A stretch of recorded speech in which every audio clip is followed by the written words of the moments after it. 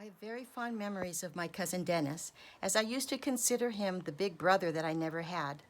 When I was a child, I would go with my grandmother to her flower shop. Den would often come over and we would find things to do in the shop and around the courtyard where the fish pond was. I must admit we were creative and adventurous. Sometimes he would teach me to draw or build something using items we would find in the shop. Outside, we would take ribbon or string and lower it into the fish pond. Then we would wait until one of the little crayfish would latch on and pull it up to look at it. Of course, we would put it back in the water. But the best was when we thought we were going to improve the looks of the rock structure in the fish pond. We just decided to borrow cans of paint from the flower shop and proceeded to paint and spray all the rocks. To top it off, I remember getting the water hose and putting it through a hole in the rocks, and from the front, it looked like a waterfall flowing through beautiful colored rocks. However, our creation was short-lived, as the owner of Lily's coffee shop in the courtyard came running out, yelling in Chinese. Of course, neither one of us understood a word she was saying. Was she saying she loved our creation? No. She was upset because she had left a tray of food outside near the fish pond to cool off, and we were spray painting, causing fumes to spread. Needless to say, she was not happy. While my gram came out and gave us the look, I remember it was so hard for Den and I not to start laughing at seeing Lily's reaction. It was always a treat for me to go over to Den's house.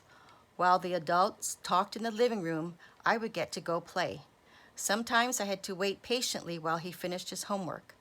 He taught me how to play a variety of board games while listening to his 45s or albums on his stereo.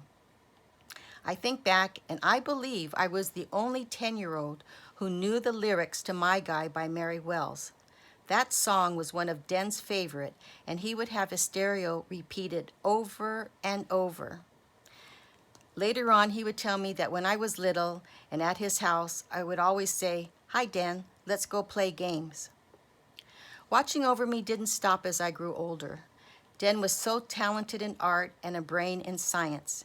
He helped create slogans for my election campaigns when I ran for student body office in junior and senior high schools. When I had advanced physiology, he helped me with my homework and especially helped me with the difficult take-home tests my teacher gave. Years later, we laughed because to think a Belmont grad was helping a Marshall underclassman. Den always took the time to talk to me and commented if needed, whether he was saying something about what I was wearing, my makeup, my choice of clubs I went to, or even questioning where I had met some of my boyfriends. Once we were at a family party and I had just returned from a 2-month stay with my girlfriend in Hawaii. He sat next to me and whispered in my ear, "Robin, you look so dark and you bleached your hair. You look like you belong to another family." Instead of getting mad, I started laughing. I also will not forget his love for his dogs. I once caught myself saying, "Who is that crazy person with a dog on his lap hanging out the driver's side window while driving on the other side of the street?" But right before I was going to honk and say a few choice words, I looked and said, "Oh my gosh, that be my crazy cousin Dennis." There is so much more when thinking about Den. Family trips, parties, his fraternity parties at our DeMille house, Christmases, his time serving our country in the Air Force, his earning a postgraduate degree of MBA, working at Cedars, his leadership in the corporation, and being the proud dad to Sebastian.